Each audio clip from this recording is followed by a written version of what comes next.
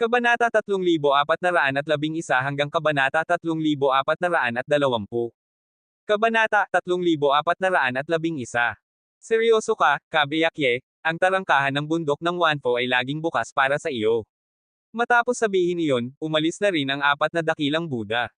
Hindi inaasahan ni Yehan na tutulong ang sektang Budista. Sa pag-alis ng apat na dakilang banal na Buddha, sinulyapan ni Reyna ng yelo na immortal ang mga mata ni Yehan gamit ang kanyang malamig na mga mata, pagkatapos ay umalis ng walang sinabing salita at mabilis na nawala sa kalatoyan. Tinitigan ni Yehan ang lugar kung saan umalis si Undead Binghao, ngunit maraming tanong sa kanyang isip na walang sagot.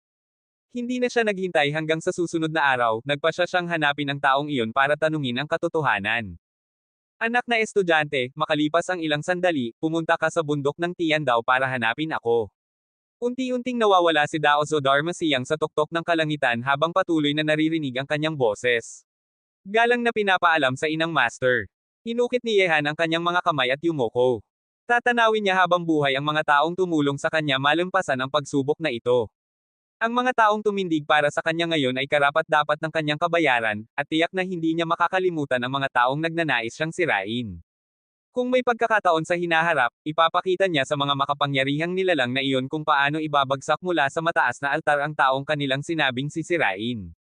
Binata, pwede kang pumunta sa Akademiyang Zinwo para hanapin ako kung may libreng oras ka.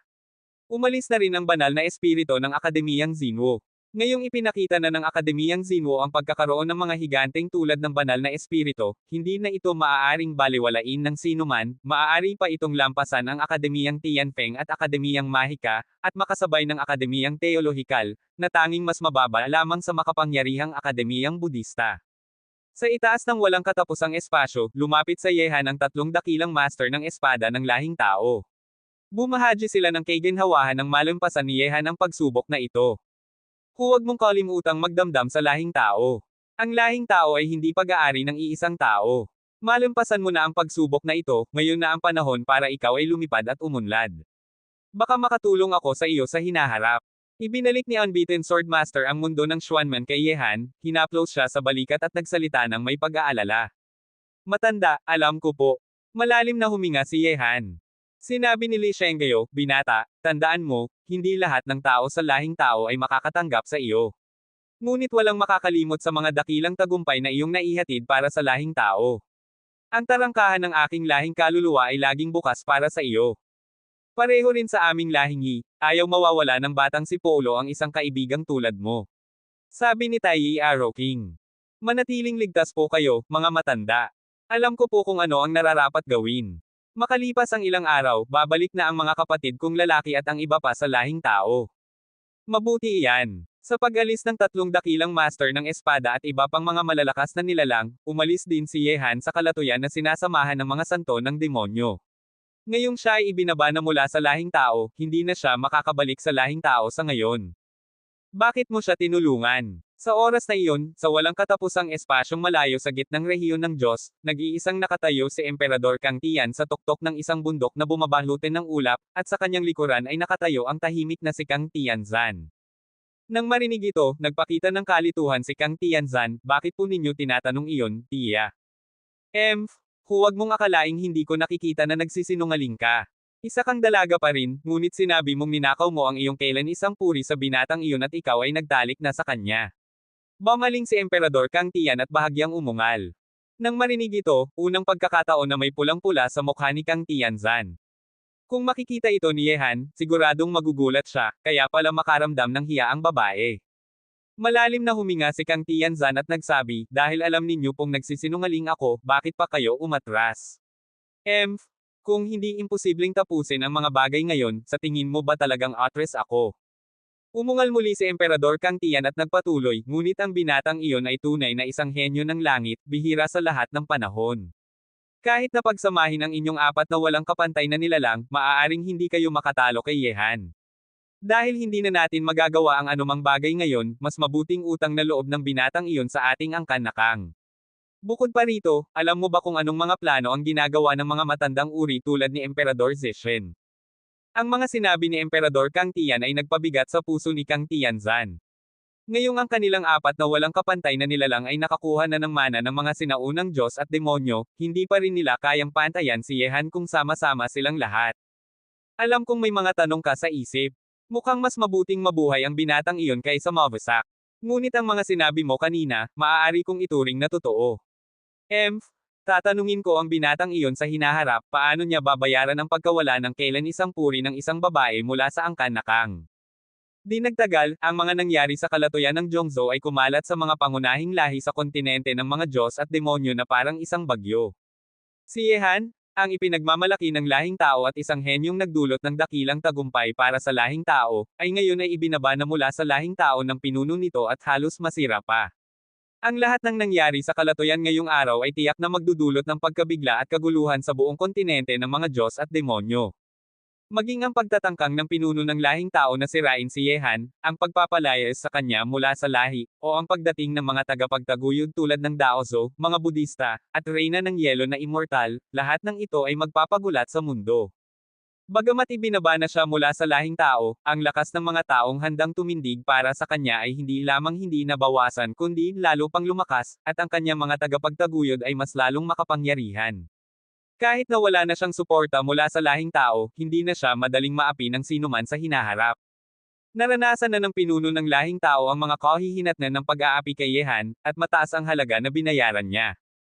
Siyempre, ang mga henyong pumasok sa lungsod ng tadhana ay nakabalik na at naglalakbay ngayon sa kontinente ng mga Diyos at demonyo. Ang mga nangyari sa lungsod ng tadhana at ang pagkakaroon ng mga dayuhang lahi ay kumakalat din sa buong kontinente. Sa lalong madaling panahon, malalaman ng lahat ang napipintong panganib na haharapin ng kontinente ng mga Diyos at demonyo. Kabanata 3412. Timog na teritoryo ng Diyos, teritoryo ng Tianshu, Yaoqi. Sa sandaling ito, sa tuktok ng Yaoqi, nananatiling nakatayo si Emperador Yiyao sa pinakamataas na lugar, titingin sa direksyong madalas niyang tinitingnan. Ang kanyang kalmado at magandang mga mata ay may bahid ng kalungkutan na hindi madaling mapansin. Alam na niya ang mga nangyari sa kalatuyan ng Zhongzhou, ang pinuno ng lahing tao ay lumabas para sirain ang lalaking iyon. Kung ang pinuno ay nagpasya na, sino pa sa mundo ang makakapagbago nito? Maaaring hindi niya alam, ngunit ang kanyang kalmado at magandang mga mata ay puno ng pag-aalala. Gaano na kalaki ang nangyari sa kalatuyan ngayon? Nasira na ba ang lalaking iyon sa kamay ng higanti? O nakalampas siya ng ligtas sa pagsubok na ito? Hindi niya alam ang lahat ng ito dahil walang balita pa mula sa kalatuyan. Banal na ina. Lumapit ang Panginoon ng banal na palasyo sa likuran ni banal na Emperador Yiyao, titingin din sa direksyon ng gitnang teritoryo ng Diyos at ngumiti, ang dalawang makulit na maliit na bata ay natutulog na ng mahimbing.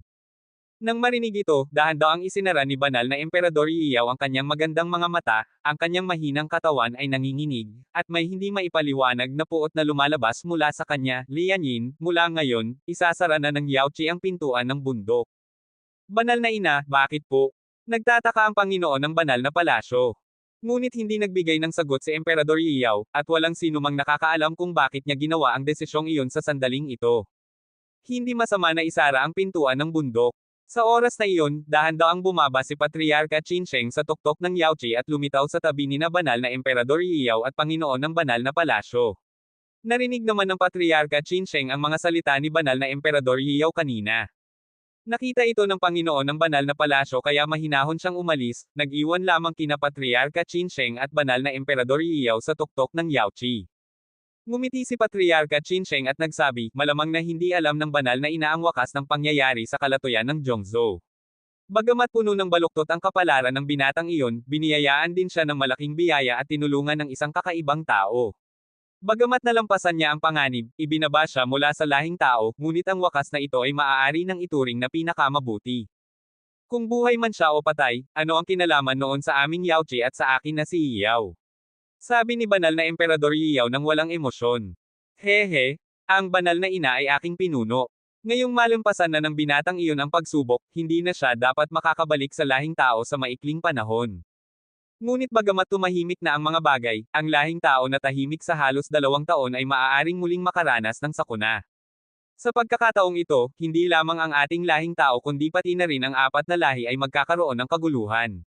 Magandang desisyon na isara ng Yaoqi ang pintuan ng bundok sa panahong ito. Sana ay hindi maapektuhan ang kinabukasan ng Yaoqi kapag muling dumating ang sakuna, ngunit Tumitingin si Patriarka Qinsheng kay Emperador Yiyao at bumantong hininga, talagang gusto mo bang itago ang lahat ng ito? Bilang isang labas na tao, hindi dapat akong masyadong maraming sinasabi, ngunit balang araw ay malalaman iyon ng binatang iyon. Gitnang teritoryo ng Diyos, gitnang lalawigan. Ang lupain ng Zhongzhou ngayon ay mas mainit pa kaysa sa ibang lugar sa kontinente ng mga Diyos at demonyo. Ang mga nangyari sa kalatoyan ay kumalat parang sunog sa buong Zhongzhou, na naging dahilan para maging masigla ang lugar ngayon. Lahat ng mga praktisyan ay pinag-uusapan ang mga nangyari sa kalatoyan, pati na rin ang mga henyo ng iba't ibang lahi mula sa lungsod ng tadhana. Ang apat na walang kapantay na nilalang tulad ng unang emperador ay tiyak na naging pinakamakinang na mga henyo sa kontinente ng mga Diyos at demonyo. Masyadong makasarili ang higanti ng lahing tao. Hindi talaga angkop na manatili ka sa lugar na iyon. Ngayong ibinaba ka na mula sa lahing tao, kailangan mong magsimula mula sa simula, ngunit ang lakas ng dragon na iyong itinayo ay hindi na dapat mahina, kaya hindi magiging napakahirap na magsimula muli. Sa itaas ng kalangitan, sinasamahan ni ang lahi ng mga santo ng demonyo si Yehan. Sa malawak na puting mundong ito, maraming lugar na pwede niyang puntahan. Susunod na, nakasalalay sa kanya kung saan siya pipiliing maging bagong simula. Tumangala si Yehan sa walang katapusang kalangitan sa kanyang harapan, malalim na huminga at nagsabi, ngayon, ang mga santo ng demonyo ay tahasang sumalungat sa mga higanti ng lahing tao, at ang alyansa nila sa lahing tao ay nasira. Dahil sa akin, si Yehan, ay hindi nakapagtupad ng pangako. Kahit na bumalik tayo sa lahing demonyo, hindi tayo makakapagtagumpay sa maikling panahon. Kahit na tayo ay nakaalyado sa lahing tao, kakaunti lang ang pag-asa ng ating lahing santo ng demonyo na makabalik sa lahing demonyo. Sabi ni Baiho, ngayon, tanging magsimula muli na lamang tayo. Pero bago pa tayo makarating sa larangan ng Diyos sa hinaharap, pinadala na natin ang apat na dakilang pamilyang hari sa lupain ng walang buto, hindi na angkop na manatili pa roon ang apat na dakilang pamilyang hari. Lupain ng walang buto. Kunot noo si Yehan at nagsabi, maaaring hindi rin angkop na tirhan ng apat na pamilyang hari ang lupain ng walang buto.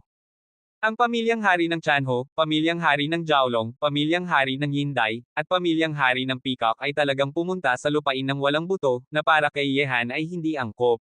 Matapos makipag-ugnayan sa kanila ng maraming beses, nagsimula na siyang makaramdam ng pag-aalala. Baka may mga hindi makontrol na pagbabago ba sa lupain ng walang buto? Tanong ni Baiho. Hindi ko rin alam. Umiling si Yehan at nagsabi, basta't ang magulong lugar sa lupain ng walang buto ay hindi kasing simple ng ipinapakita nito sa ibabaw. Kaya puntahan ko na ang lupain ng walang buto at ipasok muna ang apat na pamilyang hari sa mundo ng Xuanman, mas ligtas ito. Sige naman. Sabi ni Baiho, kaya, ano naman pagkatapos noon? Paano ka magsisimula muli?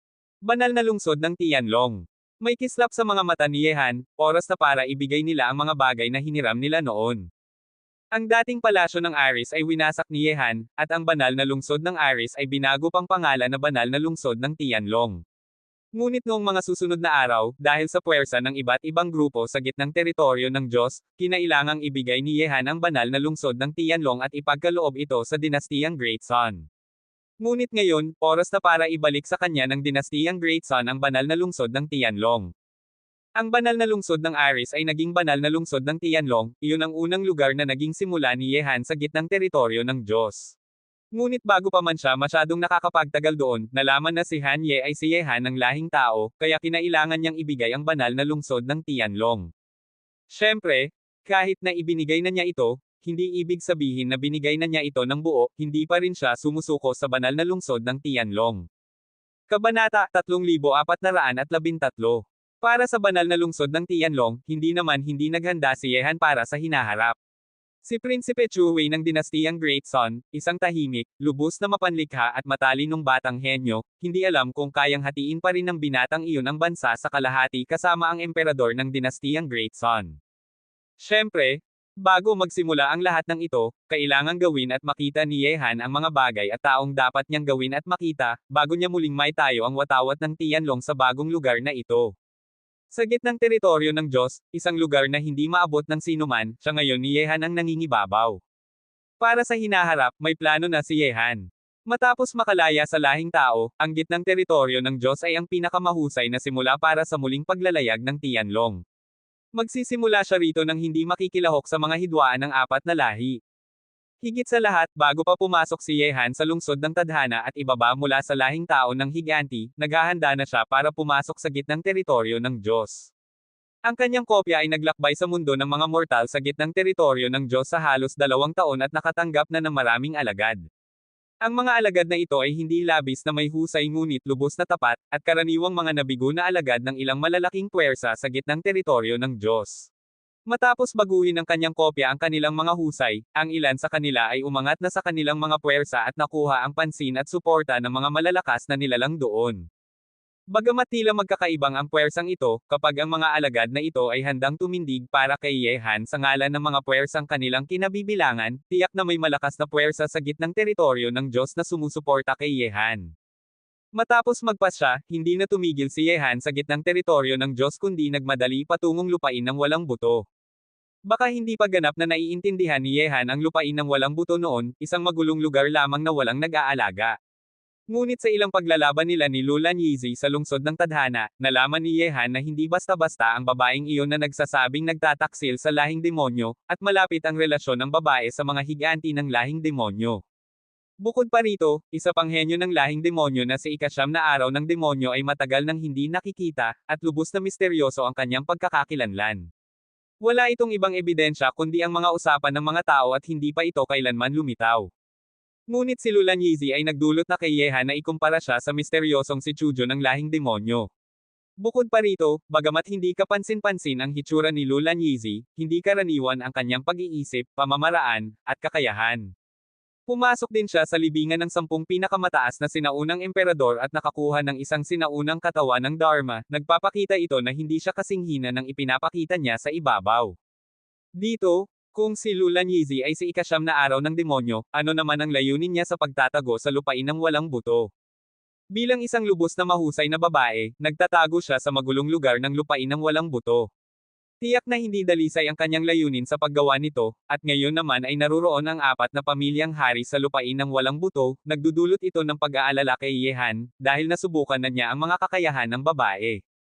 Siyempre, may ibang layunin din si Yehan sa pagpunta sa lupain ng walang buto. Ngayong ibinaba na siya mula sa lahing tao, hindi niya maaring pabayaan ang ilang alalahanin ng lahing tao. Maaari na niyang tapusin ang ilang alalahanin na ito habang siya ay naruroon. Ang lupain ng walang buto ay matatagpuan sa hangganan ng lahing tao at gitnang teritoryo ng Diyos. Maaaring pumasok ang lahing tao sa gitnang teritoryo ng Diyos sa pamamagitan ng lupain ng walang buto, ngunit hindi ito ang tanging daan, ngunit ito ang daang pinili ni Yehan noong una siyang pumasok sa gitnang teritoryo ng Diyos. Sa loob ng 2 araw, nakarating na si Yehan mula sa Zhongzhou patungong kalangitan sa itaas ng dagat ng Kidlat, na daanan patungong lupain ng walang buto. Ngunit sa loob ng 2 araw, ang mga batang henyo ng lahat ng lahi sa lungsod ng tadhana ay halos lahat ay lumabas na roon, at sina Li Zhengdao at iba pa ay nakarating na rin sa lupain ng Zhongzhou. Ngayong mainit ang usapan sa lupain ng Zhongzhou, nalaman din ni Li Zhengdao ang mga kakilakilabot na karanasan ni Yehan sa kalatoyan. Ina, anong walang kwentang pinuno ng lahing tao yan? Sa tingin ko, ang aming pinuno ay gumawa ng malaking kontribusyon para sa lahing tao at pinigilan ang pagsalakay ng lahing halimaw sa atin. Ngayon naman, itinatapon na tayo ng mga matandang ito pagkatapos gamitin. Sobrang galit si Lin Chi, at galit din ang mga general ng Tianlong. Sinunod nila ang ayos ni Yehan na manatili pa ng 2 araw sa lungsod ng tadhana, ngunit samantala naman ay hinarap ni Yehan ang isang malaking panganib na muntik ng ikamatay niya. Bakit naman gumawa ng napakabobong desisyon ang pinuno ng lahing tao at ibinaba pa si Yehan mula sa lahi? Nagtataka sina Ling Ho Chingy at iba pa. Ang kinabukasan ni Yehan ay isa sa mga pundasyon ng lahing tao. Baka tanging alam lamang ito ng ikatlong kapatid. May kislap ng galit sa mga mata ni Li Zhengdao at malalim na nagsalita, hiniling ng ikatlong kapatid na maghintay pa tayo ng 2 araw sa lungsod ng tadhana. Sa tingin ko, alam na niya bago pa ito mangyari na aatakehin siya ng mga higanti ng lahing tao. Ngayon, tanging makikita lamang natin siya para malaman ang lahat ng ito. Ipahatid na natin sa kanya ang mensahe na maghihintay kami sa banal na lungsod ng Tianlong. Kuwit-kuwit, sa kalangitan sa itaas ng dagat ng Kidlat, tinitingnan ni Yehan ang lugar na puno ng nakakatakot na kidlat at kulog. Noong nakaraan, nang dumaan si Yehan sa dagat ng Kidlat, kailangan niya pang gumamit ng barko para makarating sa gitnang teritoryo ng Diyos, at doon din niya binuo ang kanyang ikalawang kopya. Ngunit nang bumalik siya dito makalipas ang 2 taon, direktang tinawid ni Yehan ang dagat ng kidlat, naglalakbay laban sa hangin sa magulong dagat na puno ng nakakatakot na kidlat at kulog. Napakabata ng lalaking iyon. Bakit niya kayang lakarin ang dagat ng kidlat? Ang kanyang lakas ay hindi bababa sa antas ng isang banal na hari. Habang tinatawid ni Yehan ang dagat ng kidlat, nagulat ang mga praktisyan sa mga daan-daang barkong pangkalakalan. Ngunit napakabilis ng bilis ni Yehan kaya hindi siya nakilala ng mga praktisyang iyon. Di nagtagal, tinawid ni Yehan ang dagat ng kidlat at pumasok sa lupain ng walang buto. Ngayon, ang lupain ng walang buto ay pinamumunuan pa rin ng Alyansang Langit at Lupa ng lungsod ng Wuji. Ang mga malalakas na puwersa sa lupain ng walang buto ay karaniwang sumusunod sa mga utos ng alyansang ito. Hindi tumigil si Yehan nang dumaan siya sa lungsod ng Wuji. Ngayon naman ay naruroon ang 4 na pamilyang hari sa lugar na daanan niya. Lungsod ng Balangkas, ito ang unang destinasyon ni Yehan noong pumasok siya sa lupain ng walang buto. Doon din niya pinatay ang Hell Skyhawk sa pinto ng balangkas ng lungsod ng Balangkas, at nakipagkumpetensya sa Alyansang Langit at Lupa at iba pang malalaking puwersa para sa Fountain of Youth. Ang lungsod ng Balangkas ay inookupahan na ng 4 na dakilang pamilyang hari, at ang mga masasamang tao na naninirahan doon ay tumakas na patungong ibang mga lungsod. Tungkol sa bagay na ito, ang pinuno ng lupain ng walang buto na si Alyansang Langit at Lupa ay hindi nang ahas na lumabas dahil ang lakas ng alinman sa 4 na dakilang pamilyang hari ay sapat nang sirain ang lupain ng walang buto ng maraming beses. Ngayon, tinatanggap din ng lungsod ng Balangkas ang pagdating ng ilang malalakas na nilalang mula sa mundo ng mga tao. Inimbite ako ng binatang iyon na pumunta sa lupain ng walang buto na ito. Baka narating na niya ito. Si Patriarka Qinsheng, Patriarka Brahma ng lahi ng Zin, Patriarka Zontian, Patriarka ng lahi ng Kaluluwa, Patriarka ng lahi ng Yi, Patriarka ng lahi ng Lingho, at iba pang malalakas na nilalang ay dumating isa-isa sa lungsod ng balangkas na ito. Kabanata 3414. Sa oras na iyon, lumitaw din ang mga patriarka ng 4 na dakilang pamilyang hari sa labas ng lungsod ng balangkas, at kasama nila si Yehan. Mga ninuno, makalipas ang 1 o 2 taon, mabuti naman kayo. Sa labas ng lungsod ng Balangkas, lumakad si Yehan mula sa likuran ng mga patriarka ng 4 na pamilyang hari at ngumiti habang titingin sa mga malalakas na nilalang ng lahing tao na dumating doon. Tumingin sila sa batang lalaking nakatayo sa harap nila, mukhang lubos na mature at matatag, ngunit lubos na mapagkakatiwalaan. Ang kasiyahan sa mga mata ni na Patriarka Qinsheng at iba pa ay unti-unting huminahon, at may komplikadong ekspresyon sa kanilang mga mukha. Ang batang lalaking ito ay humarap sa krisis ng buhay at kamatayan nang walang tulong mula sa kanila, at kailangan niyang tiisin mag-isa ang galit ng mga higanti. Binata, huwag mong sisihin ang lahing tao. Dito ka nagsimula, at dito ka rin nangakong protektahan. May komplikadong ekspresyon si Patriarka Qinsheng. Marami naman siyang sasabihin kay Yehan ngunit hindi alam kung paano sisimulan. Umiling si Yehan at nagsabi, "Ninuno, hindi ko sinisisi ang sinuman, lalo na kayo. Noong ako ay mahina pa, kayo ang sumuporta sa akin, si Yehan. Kung wala po kayong proteksyon noon, hindi ako makakarating sa kung saan ako ngayon." Noong nakaraan, sa mundo ng lahing tao, nang harapin nila ang 12 palasyo ng universo, Yaochi, Fentian Pavilion, at iba pang nakakatakot na puwersa, kung hindi dahil sa mga tulong ni na Patriarka Qinsheng, Patriarka Zontian, Patriarka Brahma, at lahi ng kaluluwa, hindi makakalampas si Yehan sa pagsubok na iyon. Nang maglaon, pinamunuan ni Kang Tianzan ang mga malalakas na nilalang ng lahi ng Kang papunta sa mundo at itinutok ang kanyang espada kay Yao Guangyo. Kung hindi nagkaisa ang mga malalaking puwersang ito kasama si Yehan para harapin ang hukbo ng lahi ng Kang, siguradong mapuputol pa lamang ang bagong itinatag na Tianlong. Lahat ng ito ay dahil sa proteksyon ng mga malalakas na puwersang ito sa kanyang harapan. Hindi makakalimutan ni Yehan ang lahat ng nangyari noong nakaraan. Binata, matapos ang pagsubok na ito, tiyak na magkakaroon ka ng magandang kinabukasan. Ngayong ibinaba ka na ng pinuno mula sa lahing tao, ano naman ang plano mo sa susunod? Tanong ni Patriarka Zontian. Sa susunod, tumingin si Yehan sa direksyon ng gitnang teritoryo ng Diyos, at ang lakas at damdaming makipaglaban sa kanyang mga mata ay sumiklab ng magkasama. Gusto ko lang malaman kung makakapigil ba sa akin, si Yehan, na sumulong ang presyon ng larangan ng Diyos.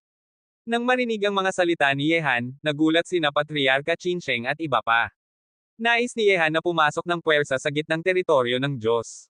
Bagamat mahirap ang gawain, may pag-asa siyang magtagumpay dahil sa mga kakayahan niya at sa mga pag-aari na kanyang nakuha. Malalim na huminga si Patriarka Qinsheng at nagsabi, "Kung iyan ang iyong hangarin, tiyak kaming susuporta sa iyo." Ngunit ang gitnang teritoryo ng Diyos ay hindi maabot ng aming kapangyarihan, kaya ikaw lamang ang makakapagtatag ng sarili mong pundasyon. Huwag po kayong mag-alala, mga ninuno. Hindi ako maglalaban ng digmaan kung hindi ako sigurado ng tagumpay. Sabi ni Yehan, inimbito ko po kayo ngayon sa lupain ng walang buto para paalam muna at para bayaran ko rin ang inyong mga alalahanin. Bibigyan ko na rin po kayo ng ilang bagay na makakatulong sa inyo. Nang marinig ito, may bahid ng kalituhan sa mga mata ni na Patriarka Chincheng at iba pa. Sa loob ng lungsod ng Balangkas, sa ilalim ng mga mata ni na Patriarka Chincheng na puno ng kalituhan, ginawa ni Yehan ang kopya ng mga sinaunang mana na kanyang nakuha sa lungsod ng Tadhana at ibinigay ito sa kanila. Ito ang paraan niya para bayaran ang mga kabutihang ibinigay sa kanya ng mga ninuno. Sa pamamagitan ng mga sinaunang mana na ito, tiyak na lalakas ang mga ninuno ni na Patriarka Chincheng. Mayroon silang mahigit kalahating pagkakataong ma-promote bilang emperador ng langit, at makakapagprotekta sila ng sarili kapag dumating na ang digmaan mula sa labas ng teritoryo. Nang matanggap ang mga mana na ibinigay ni Yehan, labis na natutuwa sina Patriarka Chincheng at iba pa. Ang mga mana na ito ay mula sa mga emperador ng langit noong unang panahon. Ngayong mayroon na sila nito, hindi na mahirap para sa kanila na maabot ang antas ng banal na emperador ng gulong at maging mga super puwersa sa mundo. May malaking pagkakataon din silang maabot ang antas ng emperador sa hinaharap. Ang ginawa ni Yehan ay isang malaking paraan para bayaran ang mga utang na loob na nagdulot ng bigat sa puso ni na Patriarka Chincheng at iba pa. Binata, binigyan mo kami ng pag-asa para sa hinaharap, ngunit napakamahal ng Reg Along ito. Pumilit ng ngisi sina Patriarka Chincheng at iba pa. Ang mga mana ng mga sinaunang emperador ng langit ay ibinigay ni Yehan ng walang pag-aalangan, at hindi niya itinago ang anumang bagay sa kanila. Umiling si Yehan at nagsabi, Ninuno, kung ang isang patak ng tubig ay maaaring bayaran ng isang bukal, ano pa ang mga kopya ng mana na ibibigay ko? Bukod pa rito, sana ay ma-promote kayong lahat bilang emperador ng langit sa hinaharap, dahil malapit na ang malaking sakuna sa kontinente ng mga Diyos at demonyo. Ang pagkawasak ng huling panahon ay nauugnay sa sakunang ito, at sa panahong ito, malapit na rin itong dumating. Nang marinig ito, nagulat sina Patriarka Chincheng at iba pa. Ang misteryo ng pagkawasak ng huling panahon ay palaging isang hindi nalulutas na tanong sa kontinente ng mga Diyos at demonyo. Alam na ba ni Yehan ang sagot? Sabi ni Yehan, alam kong may mga tanong kayo sa inyong mga isip, ngunit hindi na ito lihim para sa mga batang henyo ng lahat ng lahi na nakaligtas sa lungsod ng Tadhana. May isa pang mundo sa labas ng ating mundo na tinatawag na daigdig ng Julie. Iba ang kanilang sistema ng pagsasanay kumpara sa kontinente ng mga Diyos at demonyo, ngunit lubos silang malakas at nakakatakot. Kahit na ang huling panahon na protektado ng mga Diyos ay hindi nila napigilan. Tinatawag namin silang mga dayuhang lahi mula sa labas ng teritoryo. Matapos mawasak ang huling panahon, selyado ng mga Diyos ang pintuan ng mundo na nag-uugnay sa dalawang mundo sa halip na mahimbing na matulog. Ngunit ngayon, binuksan na muli ang pintuan ng mundo, maaaring sa 1 taon, 10 taon, o 100 taon, kapag ganap na itong binuksan, muling sasalakayin ng mga dayuhang lahi ang kontinente ng mga Diyos at demonyo. Daigdig ng Julie, mga dayuhang lahi mula sa labas ng teritoryo. Lubos na nagulat sina Patriarka Chincheng at iba pa nang marinig na may isang hindi alam na misteryosong mundo sa labas ng kontinente ng mga Diyos at demonyo. Hindi napigilan ng huling panahon na protektado ng mga Diyos ang misteryosong mundong ito, paano hindi sila matatakot? Bigat ang naramdaman sa puso ni na Patriarka Chincheng at iba pa. Ang mga salita ni Yehan ay talagang nagulat sa kanila. Hindi nila napigilan noong huling panahon, ano pa ang magagawa nila sa panahong ito. Mabilis na umalis sina Patriarka Chincheng at iba pa sa lupain ng walang buto. Para sa hinaharap, kailangan nilang maghanda ng mabuti. Hindi na sila maaaring tumingin lamang sa mga banta mula sa loob ng kontinente ng mga Diyos at demonyo, kung hindi, mawawasak sila tulad ng huling panahon. Bago umalis, may gustong sabihin si Patriarka Chincheng kay Yehan ngunit hindi niya ito sinabi. Pumili siyang itago muna ang tungkol kay Emperador Yiyao. Ngayong ibinaba pa lamang si Yehan ng pinuno, siguradong babalik siya sa lahing tao kung malaman niyang may mga anak sila ni Emperador Yiyao. Hindi alam ng sinuman kung ano ang mangyayari kung makagulo pa ang pinuno. Ang pinakamahalaga para kay Yehan ngayon ay gumawa ng bagong pagsulong sa mundo at hindi maabala ng ibang mga bagay. Matapos umalis sina Patriarka Chincheng at iba pa sa lupain ng walang buto, dinala ni Yehan ang 4 na pamilyang hari pabalik sa gitnang teritoryo ng Diyos. Ang mundo ng Xuanmen ay pansamantalang pinakamahusay na lugar para tumira ang 4 na pamilyang hari. Kapag muling itinatag ni Yehan ang watawat ng Tianlong sa gitnang teritoryo ng Diyos, magkakaroon na ng sariling base ang apat na pamilyang hari, magkakasama na silang nasa iisang bangka. Sa gitnang teritoryo ng Diyos, ang mainit na usapan ay parang malaking alon na kumakalat sa buong lugar.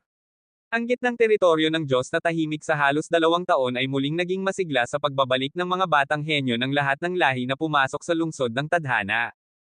Siyempre, hindi pa gaanong kumakalat ang balita tungkol sa daigdig ng Julie at mga dayuhang lahi. Kapag kumalat na ito sa buong kontinente ng mga Diyos at demonyo, ang kasiglaan na ito ay magiging lubos na mabigat at nakakatakot. Kabanata 3415. Sa lupain ng Zhongzhou, banal na lungsod ng Tianlong, naghihintay pa rin sina Li Zhengdao at iba pa para sa pagbabalik ni Yehan. Hindi nila pinapansin ang kasiglaan sa labas. Ngayong ibinaba na si Yehan mula sa lahing tao, bigat ang naramdaman nila sa loob. Bilang isang miyembro ng lahing tao, masasabing ganap na nagkasalungat si Yehan sa lahing tao ngayon, hindi ito ang sitwasyong gusto nilang makita. Sa hinaharap ng arap silang magkasama si Yehan na protektahan ang lahing tao, labanan ang mga sumasalakay, magbuhos ng dugo sa larangan ng digmaan, magkasama na lumalaban at talunin ang mga malalakas na kaaway. Ngunit ngayon, lahat ng ito ay nasa pantasya na lamang.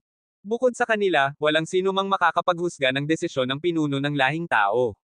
Gayunpaman, labis silang tutol sa desisyong iyon. Bakit kailangang sirain at ibaba mula sa lahi ang isang napakabihirang henyo? Dumating na kaya ngayon ang ikatlong kapatid mula sa lupain ng walang buto. Hindi alam kung sa siya pupunta sa hinaharap. Sa Zhongzhou, titingnan ni Li Zhengdao ang walang katapusang kalangitan. Ano ang gagawin ngayon ni Yehan na ibinaba mula sa lahing tao? Saan siya magsisimula muli? Alam ni Li Zhengdao na kahit na ibinaba si Yehan mula sa lahing tao, hindi siya matututunan na maging karaniwan lamang. Ang laki ng Tianlong na kanyang itinayo ay nagpapakita ng laki ng kanyang mga hangarin. Itinatapon na tayo ng lahing tao pagkatapos gamitin. Hindi na maaaring bumalik doon. Nakasimangot na sagot si Lin Chi. Noong sasalakayin ng lahing halimaw ang lahing tao, gumawa si Yehan ng malaking kontribusyon para sa mundo ng mga tao. Ang Tianlong na pa lamang lumalaki ay sumali pa sa labanan ng dalawang lahi, ngunit ngayon naman ay gumawa ng napakalungkot na desisyon ang pinuno ng lahing tao. Kung hindi dahil sa ilang mga higanti na tumindig para sa kanya, baka sinaktan pa nila si Yehan. Dahil dito, maraming opinyon ang mga hari at general ng Tianlong. Ang lahing tao na kanilang pinaglaban noon ay hindi na nila mababalik pa ngayon. Nang marinig ito, nanatiling tahimik lamang si Li Zhengdao. Alam nilang nagkamali ang lahing tao sa bagay na ito, ngunit desisyon lamang iyon ng pinuno nito at hindi nangangahulugang tinatanggihan na si Yehan ng buong lahi. Gayunpaman, hindi na ipinapaliwanag pa ni Li Zhengdao ang anumang bagay. Huwag kang magsalita ng kalokohan, hindi ako asno. Sa oras na iyon, may napakatahimik na pagtawa mula sa kalangitan, at pagkatapos ay lumitaw na si Yehan sa harap nila habang pinagmamasdan sila ni Li Zhengdao. Ikatlong kapatid. Pinuno. Bumati sila kay Yehan. Tumingin sila sa nakangiting batang lalaki na mukhang napakalakas ng loob, ngunit may komplikadong damdamin sila sa mga mata. Bagamat mukhang relax siya sa harap nila, ibinaba na siya mula sa lahing tao at maraming dinadala na bigat. Ang kanyang karangalan sa lahing tao ay nakaraan na, at lahat ng kanyang pagsisikap doon ay walang kabuluhan na. Sa hinaharap, kailangan na niyang magsimula mula sa simula. Kapatid, bumalik ka na sa lahing tao, ayos lang ako. Hinaplos ni Yehan ang balikat ni Li Zhengdao at nagsabi, nakita ko na ang lahat ng mga ninuno sa lupain ng walang buto. Maaaring magretiro sila ng ilang panahon. Noong una, mahina pa tayo tulad ng isang sanggol na kailangan ng proteksyon ng mga magulang para lumaki. Ngayon, lumaki na tayo at hindi na tayo maaaring mabuhay sa ilalim ng kanilang proteksyon palagi. Kapag lumaki na ang isang bata ng agila, darating din ang araw na malalaganap niya ang kanyang mga pakpak at hahanap ng sarili niyang mundo. Nang marinig ito, mabigat na mukha si Li Zhengdao at nagsabi, ikatlong kapatid, tandaan mo, hindi ka walang anuman sa lahing tao. Mayroon ka pa rin kaming mga kapatid. Kung kailangan mo kami sa hinaharap, hindi ako magiging duwag. Ngunit huwag mo na kaming iwan mag-isa, kaya nating dalhin ng magkakasama ang anumang bagay. Ngumiti at tumango si Yehan, ngunit sa pagkakataong ito, hinaharap niya ang mga higanti ng lahing tao, paano niya masasangkot sina Li Zhengdao at iba pa. Sa huli, ang kanilang kinabukasan ay nasa lahing tao pa rin, kaya hindi sila maaaring magkasalungat sa mga higanti. Ikatlong kapatid, bagamat ibinaba ka na ng pinuno ng lahing tao mula sa lahi, palagi kitang ituturing na kapatid. Ngunit ano naman ang iyong mga bagong plano para sa hinaharap? Sabi ni Zhon Wuzhuang. Hindi ako marunong makilala ng maraming tao, ngunit ikaw, Yehan, ay palaging kaibigan ng aming lahing Yi. Sabi rin ni Ipolo. Bagamat babae ako, ikaw, Yehan, ay isa sa mga bihirang tao na hinangaan ko. Sayang lang na marami kang kasama na babae, kaya hindi tayo angkop. Gayunpaman, hindi kita makakalimutan, Yehan. Ngumiti rin sabi ni Ling Ho Chingy. Ngumiti si Yehan at nagsabi, sobra na akong swerte na makilala kayong mga kaibigan at kapatid sa lahing tao. Bagamat ibinaba na ako mula sa lahi, hindi ko kayo makakalimutan, Yehan. Tungkol naman sa mga plano ko sa hinaharap, sa tingin ko ay perpekto ang kasalukuyang lugar. Banal na lungsod ng Tianlong. Tumingin sina Li Zhengdao kay Yehan. Tumango si Yehan at nagsabi, pagkatapos umalis sa dating lugar, kailangan kong humanap ng bagong lugar para tumira. Ang banal na lungsod ng Tianlong ay perpekto. Bagamat maraming pressure, hindi ako susuko ngayong pagkakataong ito, Yehan. Mininirahan sa gitnang teritoryo ng Diyos. Lumalim ang mga mata ni Li Zhengdao. Maraming pressure ang haharapin ni Yehan kung gagawin niya ito, ikatlong kapatid, kung iyan ang plano mo, mananatili kami para tulungan ka. Umiling si Yehan at nagsabi, hindi na ako miyembro ng lahing tao, kaya makatarungan na akong pumasok sa gitnang teritoryo ng Diyos. Kung sasali rin kayo, ibang-iba na ang kahulugan noon. Huwag kayong mag-alala, bago pa ako pumasok sa lungsod ng tadhana, naghanda na ako para sa araw na ito. Plano kong makipagkita muna sa ilang tao bago pumasok sa gitnang teritoryo ng Diyos. Kung makukuha ko ang kanilang suporta, hindi na mahirap na itayo muli ang watawat ng Tianlong doon. Ikatlong kapatid, pupunta ka ba sa Akademiyang Zinwo at sa Taoismo? Tumingin sina Li Zhengdao kay Yehan. Sabi ni Yehan, hindi lang iyon. May 3 higanti sa gitnang teritoryo ng Diyos, at ngayon ay may 4 na. Kung makukuha ko ang pag-aproba ng 3 higanti, masasabing matagumpay na tayo. Pinuno, pupunta ako sa Budismo. Naiintindihan na ni Lin Chi ang iniisip ni Yehan. Ako naman ay pupunta sa Akademiyang Zinwo. Sabi rin ni Ben. Nakita ito ni Yehan kaya tumango siya at nagsabi, gagawin ko na ang iba pang mga bagay. Kapag handa na ang lahat, dapat nang maibalik sa atin ang banal na lungsod ng Tianlong. Kabanata 3416. Sa huli, sa pamamagitan ng pagpapakumbaba ni Yehan, napilitan nang bumalik sina Li Zhengdao at iba pa sa lahing tao. Hindi nila maaaring makialam sa mga gawain ni Yehan sa gitnang teritoryo ng Diyos, kung hindi, magiging ibang-iba na ang tingin ng iba sa kanila. Ang gitnang teritoryo ng Diyos ay may 36 na lalawigan, at ang 12 lihim na larangan ay may 88 lalawigan. Maaaring isipin ng iba na may balak din ang lahing tao sa gitnang teritoryo ng Diyos. Matapos bumalik sina Li Zhengdao sa lahing tao, hindi na tumigil si Yehan doon. Ngayong napakasigla ng kontinente ng mga Diyos at demonyo, maaari na niyang gamitin ang panahong ito para ayusin ng maayos ang kanyang mga plano. Pumunta si Lin Chi sa Budismo. Dating alagad siya ng Akademiyang Budista at pinahahalagahan ng banal na Buddha, kaya ang Budismo ang pinakamabuting puntahan. Siyempre, pupunta rin si Yehan doon, ngunit hindi pa ngayon, makakapunta lamang siya pagkatapos ayusin na ang lahat. Pumunta naman si Ben sa Akademiyang Zinwo. Hindi mahirap na hikayatin ng akademyang iyon na suportahan si Yehan, dahil siya ay banal na hari ng pakikipaglaban ng Akademiyang Zinwo, at ipinakita na ng banal na espiritu ang suporta sa kanya ngayong pagkakataon. Ang iba pang miyembro ng Tianlong ay pansamantalang nasa mundo ng Xuanman, kabilang na ang 4 na santo ng demonyo ng lahi ng Yaosheng. Naghihintay sila para sa susunod na hakbang ni Yehan. Pumunta si Yehan sa tuktok ng kalangitan sa lihim na larangan ng daang ng langit, naglalakbay mag-isa laban sa hangin. Alala niya noong una siyang pumunta roon kasama sina Ziyi at Buddha Chanjia, ngunit si Ziyi. Nang isipin niya ang batang babae na may matingkad na ngiti bago mawala, biglang sumakit ang puso ni Yehan. Maraming tanong sa kanyang isip na hindi pa nasasagot, at ang tanging taong makakapagbigay ng sagot sa kanya ay ang babaeng puno ng mga alamat na si Undead Binghao. Na-promote na ito bilang emperador ng langit, na tiyak na magpapagulat sa mundo. Kailangang makipagkita si Yehan kay Undead Ice Queen sa hinaharap, hindi lamang dahil tumindig ito para sa kanya kundi pati na rin dahil kay Bu Ziyi. Sa halos kalahating araw, nakarating na si Yehan mula sa banal na lungsod ng Tianlong sa Zhongzhou patungong lihim na larangan ng daang ng langit. Lungsod ng Espada, ang pinakamalawak at masiglang lungsod sa lihim na larangan ng daang ng langit, at banal na lupain ng mga nagsasanay ng Espada. Sa sandaling ito, narating na ni Yehan ang harap ng tore ng Espada na iginagalang ng mga nagsasanay ng Espada sa buong mundo. Pagkakataong ito, direktang pumunta siya sa walang katapusang espasyo sa tuktok ng tore, baka alam na ng mga tao roon na darating siya. Sa pinakamataas na palapag ng tore ng espada, tulad ng noong siya ay umalis, naroon ang tatlong dakilang master ng espada, pati na sina Li Shenggayo ng lahi ng kaluluwa, Li Cheng ng hari ng dalawang espada, Tai Yi Arrow King, Guihai ng banal na espada ng bihag, at 7 super puwersa ng lahi ng tao at langit. Tinitingnan nila ang batang lalaking nakangiting dumating.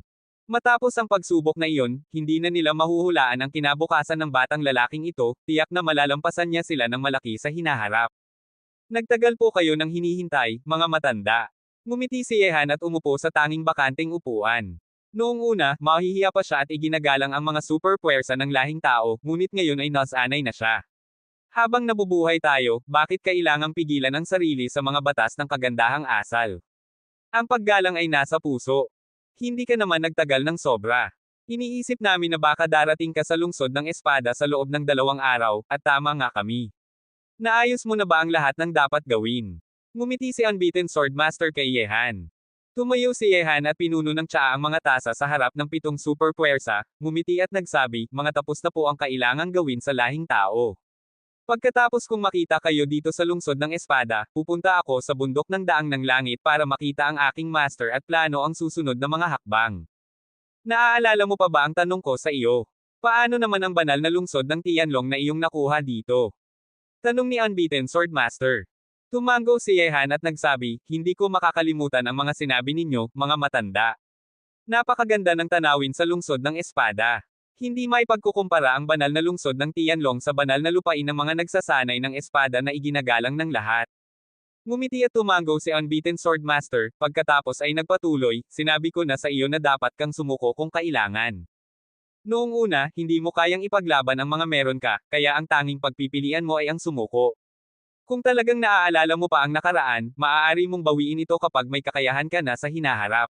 Ngayon naman, may kakayahan ka na, huwag ka nang pipigilan ng sino man na bawiin ito. Ngunit dahil may kinalaman ito sa gitnang teritoryo ng Diyos, hindi kami makakatulong ng labis bilang mga miyembro ng lahing tao. Kakailanganin mong gumawa ng sarili mong paraan ngayong pagkakataon. Hinala na nina Unbeaten Swordmaster at iba pa ang mga plano ni Yehan matapos siyang ibaba mula sa lahing tao. Noong una pa lamang, makikita na ang intensyon niyang pumasok sa gitnang teritoryo ng Diyos dahil sa banal na lungsod ng Tianlong. Ngayong wala na siyang mapupuntahan, tiyak na bumabalik na naman ang kanyang pansin sa lungsod na iyon. Naiintindihan ko po, mga matanda. Huwag kayong mag-alala, hindi ako maglalaban ng digmaan kung hindi ako sigurado ng tagumpay. Matibay ang mga mata ni Yehan habang nagsasalita. Naiintindihan niya rin ang kahirapan ng mga matanda, bilang mga super puwersa ng lahing tao, sensitibo ang kanilang mga pagkakakilanlan. Kung tutulong sila sa kanya, magkakaroon ito ng ibang kahulugan. Binata, gawin mo na ang gusto mong gawin. Kapag nakapagtatag ka na ng sarili mong sekta sa gitnang teritoryo ng Diyos, pupunta kaming 7 matanda para makisaya. Tumawa si Wuswang Jansen, at tumango naman sina Li Shenggayo at iba pa na may ngiti. Kung magtatag ng sekta si Yehan doon, tiyak na hindi sila mawawala sa mahalagang kaganapang iyon. Nang marinig ito, may pagmamalaki sa ngiti ni Yehan, salamat po sa inyong mga salita, mga matanda. Hihintayin ko po kayo ng buong puso. Sabi ni Unbeaten Swordmaster, binata, tandaan mo, bagamat sensitibo ang gitnang teritoryo ng Diyos at mapagbukod, kailangan mong gumamit ng matitigas na paraan kung kailangan. Kung mas mabait ka, mas sisimantala ka ng iba. Ipapaalam ko sa mga nangungunang 10 alipin ng espada na sumunod pa rin sa iyo, mas lalakas ang iyong puwersa dahil sa kanila. Tumango si Yehan at nagsabi, salamat po sa paalala, mga matanda. Nakakita ako ng ilang magagandang bagay noong pumasok ako sa lungsod ng tadhana. May maliit na regalo po ako para sa inyo, sana ay tanggapin ninyo. Nang marinig ito, may kislap sa mga mata ni na Unbeaten Swordmaster at iba pa. Ang mga magagandang bagay na natagpuan sa lungsod ng tadhana at ibibigay sa mga taong katulad nila ay tiyak na hindi maliit kundi malaking regalo. Pagkatapos noon, ginawa ni Yehan ang kopya ng 7 mana na ipinasa ng mga sinaunang emperador at ibinigay ito sa mga matanda. Matagal na silang natigil sa kanilang kasalukuyang antas, kaya tiyak na makakagawa sila ng mga pag-unlad sa tulong ng mga mana na ito, at maaari pa nilang maabot ang kanilang pangarap na antas ng emperador ng langit. Habang sina Unbeaten Swordmaster at iba pa ay lubos na abala sa mga mana ng mga sinaunang emperador, tahimik na umalis si Yehan sa tore ng espada at sa lungsod ng espada. Bago umalis, naramdaman niya ang dating pakiramdam na bumabalik. Muli nang sumunod sa kanya ang mga nangungunang 10 alipin ng espada at nagtago sa dilim. Kabanata 3417. Makalipas ang ilang oras, nakarating na si Yehan sa paanan ng bundok ng daang ng langit, naglalakad sa landas na gawa sa malabughaw na bato. Sa landas na ito, marami pang mga naghahanap ng daan na paulit-ulit na lumuluhod tuwing 3 hakbang patungong bundok ng daang ng langit.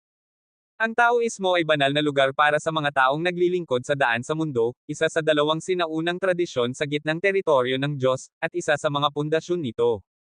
Araw-araw sa paanan ng bundok ng daang ng langit, maraming naghahanap ng daan na parang tapat na mga mananampalataya na sumasamba sa kanilang pinaniniwalaang banal na lugar. Ang pagdating ni Yehan sa paanan ng bundok ay nakakuha ng pansin ng mga sumasamba. Ngayon, hindi na lihim sa buong kontinente ng mga Diyos at demonyo na siya ay alagad ng pinuno ng tao. Ang mga mata ng mga sumasamba ay nagningas ng pagkamangha nang makita siya. Para sa kanila, ang pinuno ng tao ay parang Diyos sa kanilang isip, at bilang kanyang alagad, si Yehan ang tanging taong makakapaglapit sa Diyos na iyon. Ngunit bago pa makagalaw ang mga sumasamba na napansin ang kanyang pagdating, nakita nila ang isang batang lalaking nakaupo sa isang dilaw na baka na papalapit mula sa dulo ng landas na gawa sa malabughaw na bato. Batang Master, hinintay na kita.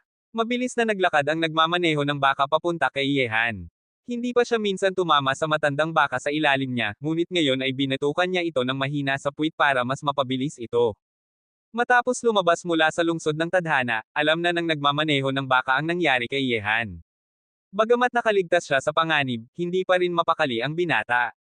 Ang kanyang matandang kapatid na lalaki ay mahigpit at mahirap kausap, ang kanyang bunsong kapatid na babae naman ay mayabang at dominanti, kaya medyo nalulungkot siya sa gitna. Tanging ang batang master na walang ere ang tunay niyang nagustuhan. Nang makita ito, hindi napigilan ni Yehan na tumawa.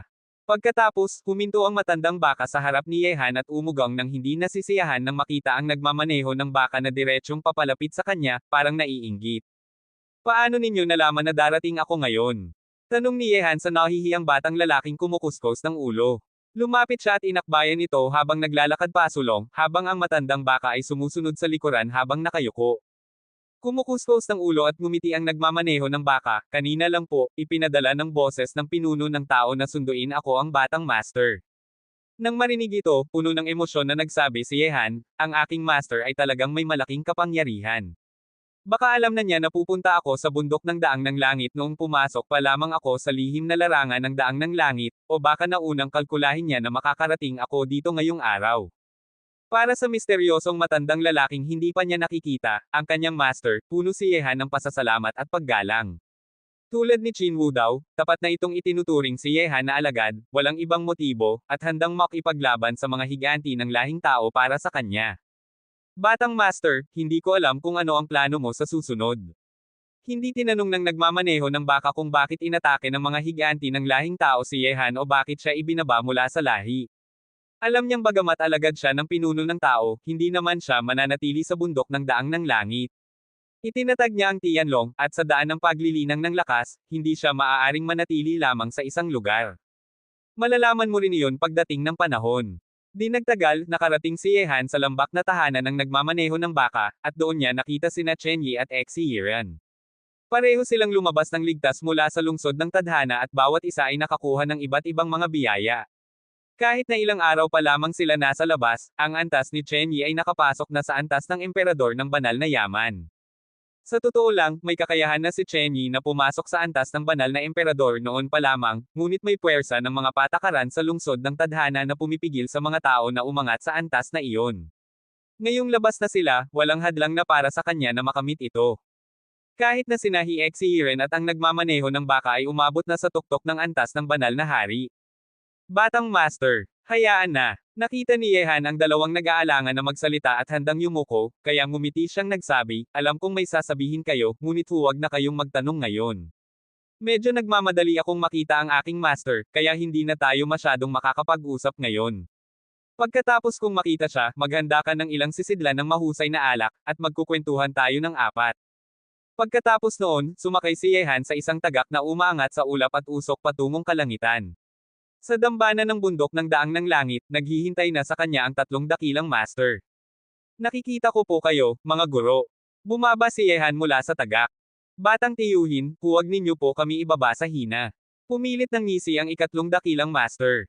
Lumapit si Yehan at ngumiting nagsabi, sa katayuan, mas matanda ako kaysa sa inyo, ngunit sa edad, kahit 10 katulad ko ay hindi kayo maabyutin, lalo na sa lakas. Walang katapusan ang kinabukasan ng batang tiyuhin, hindi ka namin kayang pantayan. Ngumiti ang tatlong dakilang master, matagal nang naghihintay ang pinuno ng tao para sa batang tiyuhin na ito. Mangyaring pumasok na sa larangan ng body. Sinundan ni Yehan ang tingin ng tatlong dakilang master at nakita ang matayog na sinaunang puno na umaabot sa kalangitan sa ibabaw ng dambana, parang handang protektahan ang mga tao at pagpalain ang susunod na henerasyon. Larangan ng body. Malalim na huminga si Yehan. Makikilala na niya rin ba ang pinuno ng tao? Pagkatapos noon, sa ilalim ng mga mata ng tatlong dakilang master, nawala si Yehan sa gitna ng matayog na sinaunang puno.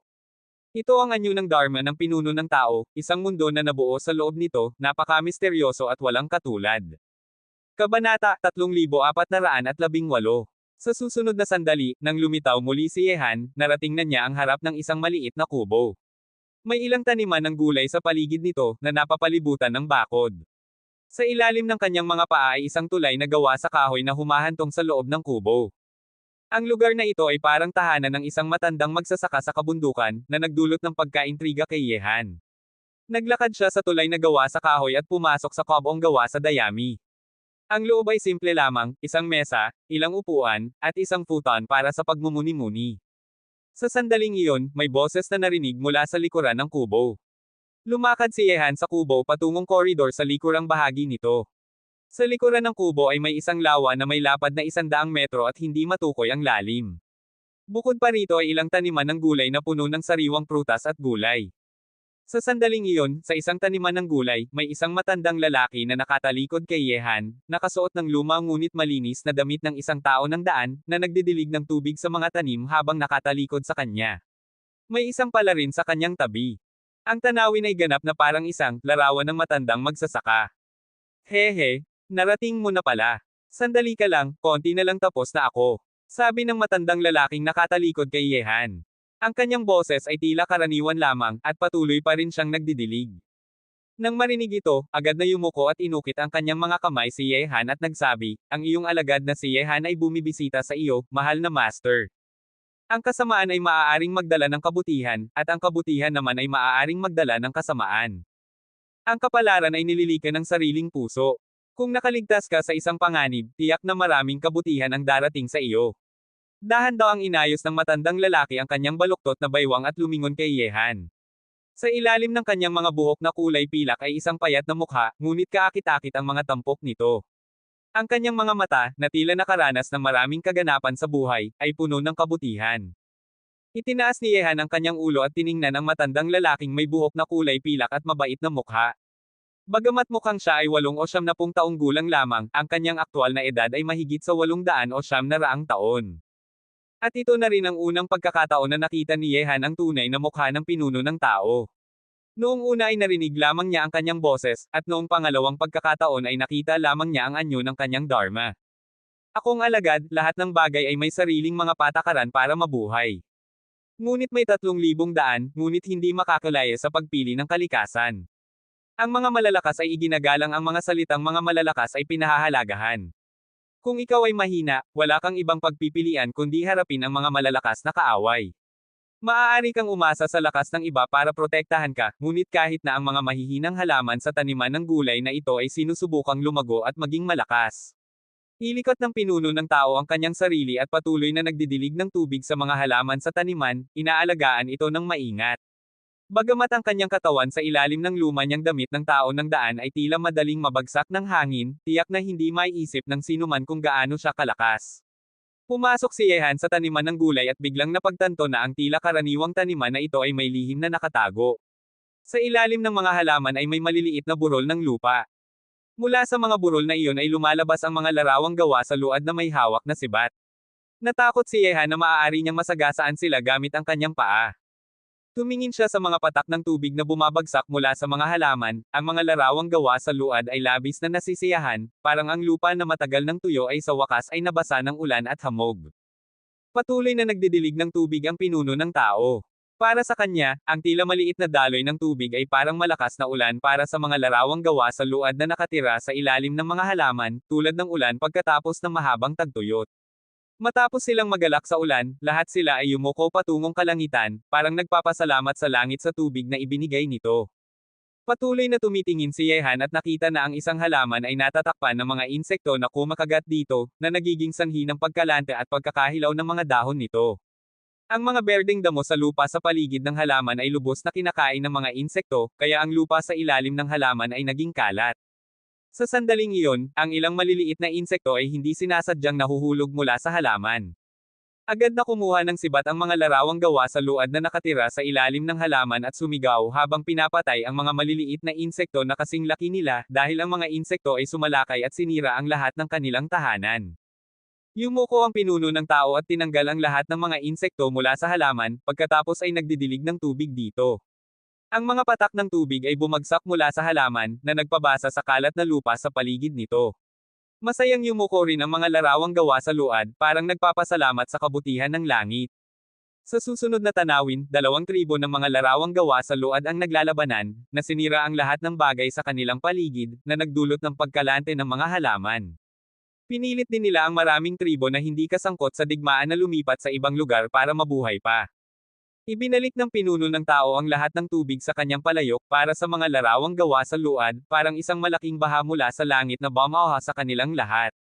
Nang makita ni Yehan ang mga pangyayaring ito, bigla siyang nagkaroon ng pagkaunawa at naalala ang isang salitang nabasa niya dati, ang Diyos na lumikha ng lahat ng bagay ay talagang naghihirap. Parang hayaan nilang mabuhay ang mga tao ng kanilang sariling paraan, ngunit talagang sinusubaybayan nila ang lahat ng bagay sa mundo at nakikialam kung kailangan. May pagkaunawa ka na ba? Lumingon ang pinuno ng tao at mabait na ngumiti kay Yehan. Bahagyang tumango si Yehan. Tumawa ang pinuno ng tao at nagsabi, lahat ng bagay sa mundo ay may sariling paraan para mabuhay. Sa isang pamilya, may isang pinuno. Sa isang malaking puwersa, mayroon din namang pinuno. Gayon din sa isang lahi, at sa buong mundo. Ang mga Diyos ay matataas at tinatanggap ang pagsamba ng mundo, ngunit bilang kapalit, nagdadala sila ng mas malaking responsibilidad. Parang walang damdamin ang mga Diyos ngunit mayroon din silang damdamin. Ang iyong kasalukuyang posisyon ay masyadong mababa pa para makita mo ang kabilang bahagi ng kanilang mukha na tila walang damdamin, ang pagkakaroon ng damdamin at katarungan, tulad ng hindi maunawaan ng mga maliliit na larawang gawa sa luad ang mga iniisip ko. Bagamat may pagkaunawa si Yehan kanina, ang mga salita ng pinuno ng tao ngayon ay nagdulot ng pagkalito sa kanya, kaya nagsabi siya, mahal na master, patawarin mo po ako sa aking pagiging mangmang. Hindi naman masama ang pagiging mangmang dahil mas masipag sila kaysa sa mga matatalinong tao, at mas malakas ang kanilang pagnanasa na matuto. Tumawa ang pinuno ng tao, lahat ng tao sa mundo ay naglalakbay sa iisang daan. Bagamat ang daang iyon ay may maraming maliliit na daan, sa huli ay patungo pa rin sila sa iisang lugar. Ang ilan ay naliligaw sa mga maliliit na daan, at ang ilan naman ay naglalakbay sa mga mabungang daan at sa huli ay nakarerating sa gusto nilang puntahan. Ngunit walang pagbubukod, hindi madali ang daang iyon, at makakakita ka ng iba't ibang kahirapan sa bawat hakbang. Ang mga salitang sinabi ng pinuno ng tao ay tila hindi sumasagot sa tanong ni Yehan, ngunit nagpapaliwanag ito ng ibang katotohanan. Ang lahat ng daan ng paglilinang ng lakas ay patungo sa pinakamataas na antas, lahat ay naghahangad ng lakas na lampas sa langit at lupa.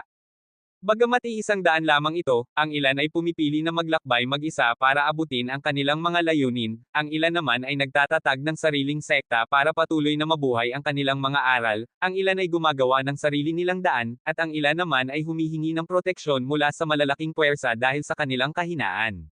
Napakaraming mga daan sa iisang daan na iyon.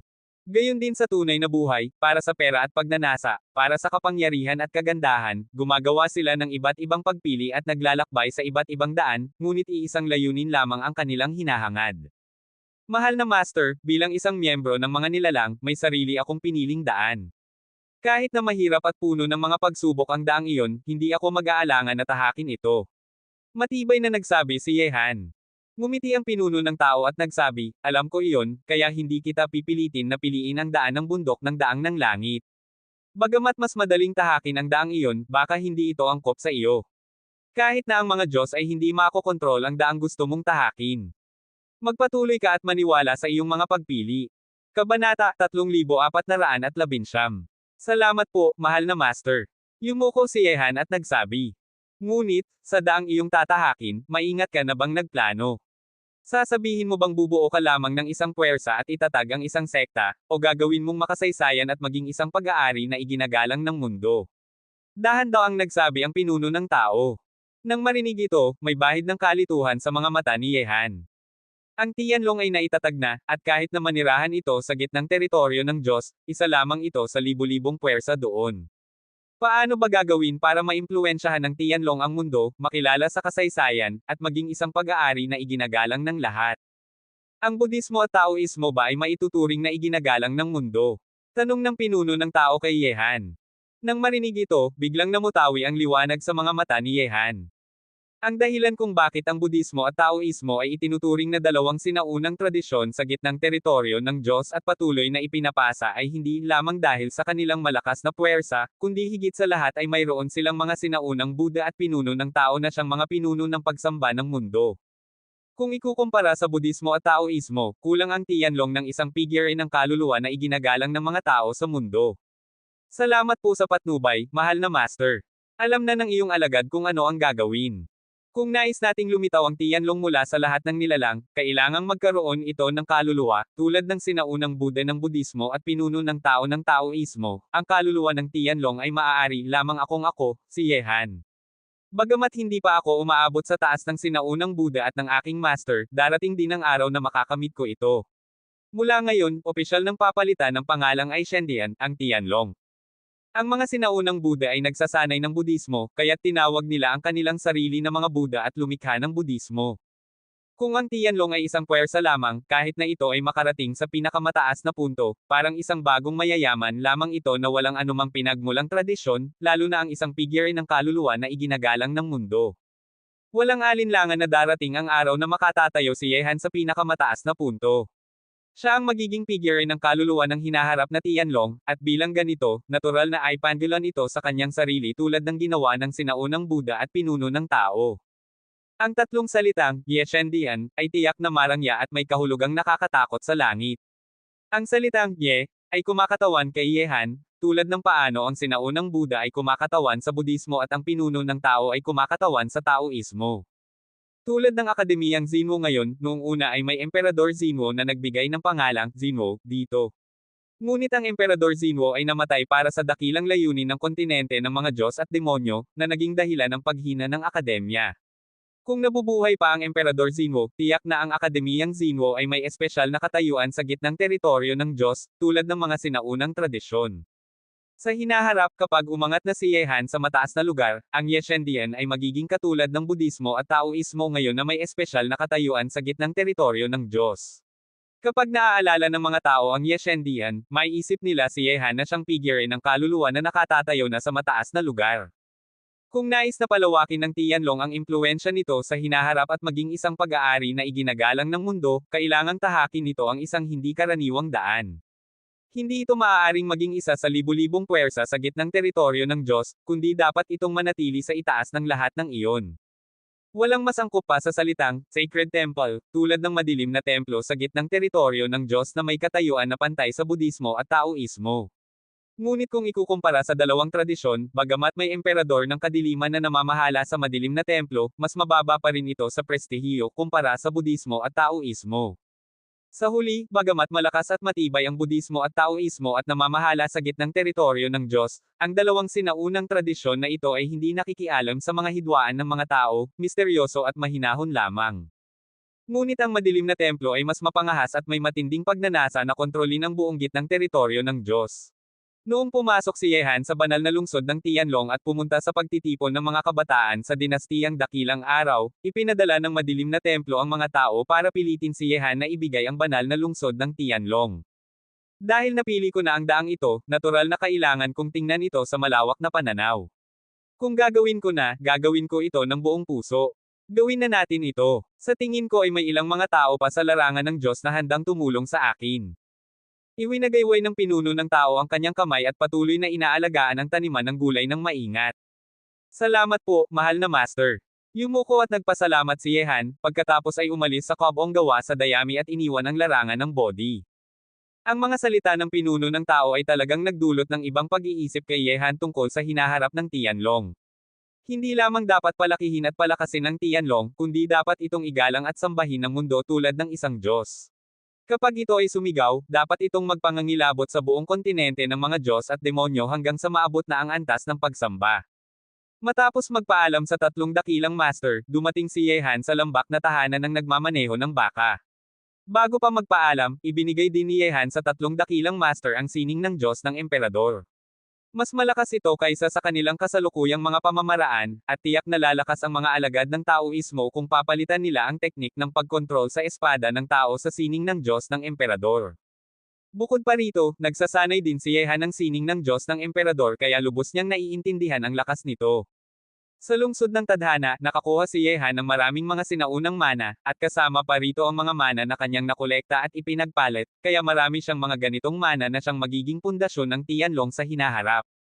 Batang Master, hindi ka na ba mananatili ng 2 araw pa sa bundok ng daang ng langit? Sa balkonahe ng bahay na gawa sa kahoy, tanong ni Chen Yi kay Yehan. Naroon din sina Exiren at ang nagmamaneho ng baka. Masarap ang alak na ito, ngunit sayang hindi ako madalas makakainom nito. Inilapag ni Yehan ang kanyang baso at ngumiting nagsabi, marami akong gagawin ngayon kaya hindi ako maaaring manatili ng matagal sa bundok ng daang ng langit. Pagkatapos kong umalis dito, babalik ako sa Zhongzhou para tapusin ang isang bagay. Ngayon, nakakuha na kayong 3 ng maraming mana sa lungsod ng Tadhana. Maaari ninyong gamitin ang panahong ito para matuto at maunawaan ito sa bundok ng daang ng langit. Kung dumating na ang sakuna mula sa labas ng teritoryo sa hinaharap, sana ay may kakayahan na kayong sumuporta at protektahan ang mundo. Sabi ng nagmamaneho ng baka, hindi ko alam kung ano ang gagawin mo pagbalik mo sa Zhongzhou ngayong pagkakataon. Itatag ko ang isang sekta. May matibay na liwanag sa mga mata ni Yehan, hindi na maaaring ipagpaliban pa ang bagay na ito. Nang marinig ang mga salita ni Yehan, nagulat ang mga mata ni Chen Yi at iba pa. Nais talagang pumasok ni Yehan sa gitnang teritoryo ng Diyos. Kabanata 3420. Matapos magpaalam kina Chen Yi at iba pa, bumalik na si Yehan sa lupain ng Zhongzhou. Hindi na siya muling pumunta sa lungsod ng espada para makita si Unbeaten Swordmaster. Sa halip, direktang nagtungo siya sa banal na lungsod ng Dakilang Araw na kasalukuyang hawak ng dinastiyang Dakilang Araw. Ngayong kontrolado na ng dinastiyang Dakilang Araw ang banal na lungsod ng Tianlong, mas lalong lumakas ang kanilang kapangyarihan kaysa dati. Bukod sa seminaryo ng banal na lungsod ng liwanag na may espesyal na katayuan sa Zhongzhou, sila na ngayon ang pinuno ng ibang mga banal na lungsod sa lugar. Bagamat matatagpuan ang seminaryo sa banal na lungsod ng liwanag, hindi nila pinapansin ang dinastiyang Dakilang Araw dahil sa kanilang mataas na katayuan. Gayunpaman, kahit na hindi pinapansin ng seminaryo ang dinastiya, kailangang harapin ngayon ni Yehan ang mga ito. Noong nakaraan, ipinasa niya ang banal na lungsod ng Tianlong dahil sa puwersa ng iba't ibang grupo, ngunit sinabi niya na, hiniram, lamang ito. Hindi naman binigyang pansin ng dinastiyang Dakilang Araw ang mga salitang iyon, at ngayon, hihilingin ni Yehan na ibalik nila ito. Imperial na lungsod ng dinastiyang Dakilang Araw. Mag-isa lang na naglalakad si Yehan sa isang tahimik na kalye. Sa kabilang dulo ay ang mansyon ng prinsipe. Hindi niya itinago ang kanyang pagdating sa dinastiyang Dakilang Araw, kaya nang lumitaw siya sa imperial na lungsod, agad na nakuha ng dinastiya ang balita. Si Prinsipe Chu Wei, na kasalukuyang hinahamon ng emperador para sa trono, ay nalaman din ito. Sa sandaling iyon, sa harap ng pintuan ng mansyon ng prinsipe, naghihintay na ang isang batang lalaking nakasuot ng payak na damit. Nakangiti siyang tiningnan ng papalapit na Yehan at lumapit para batiin ito. Halos 2 taon na rin mula noong huli tayong magkita. Matagal ko nang hinihintay ang araw na ito, hari ng banal na pakikipaglaban.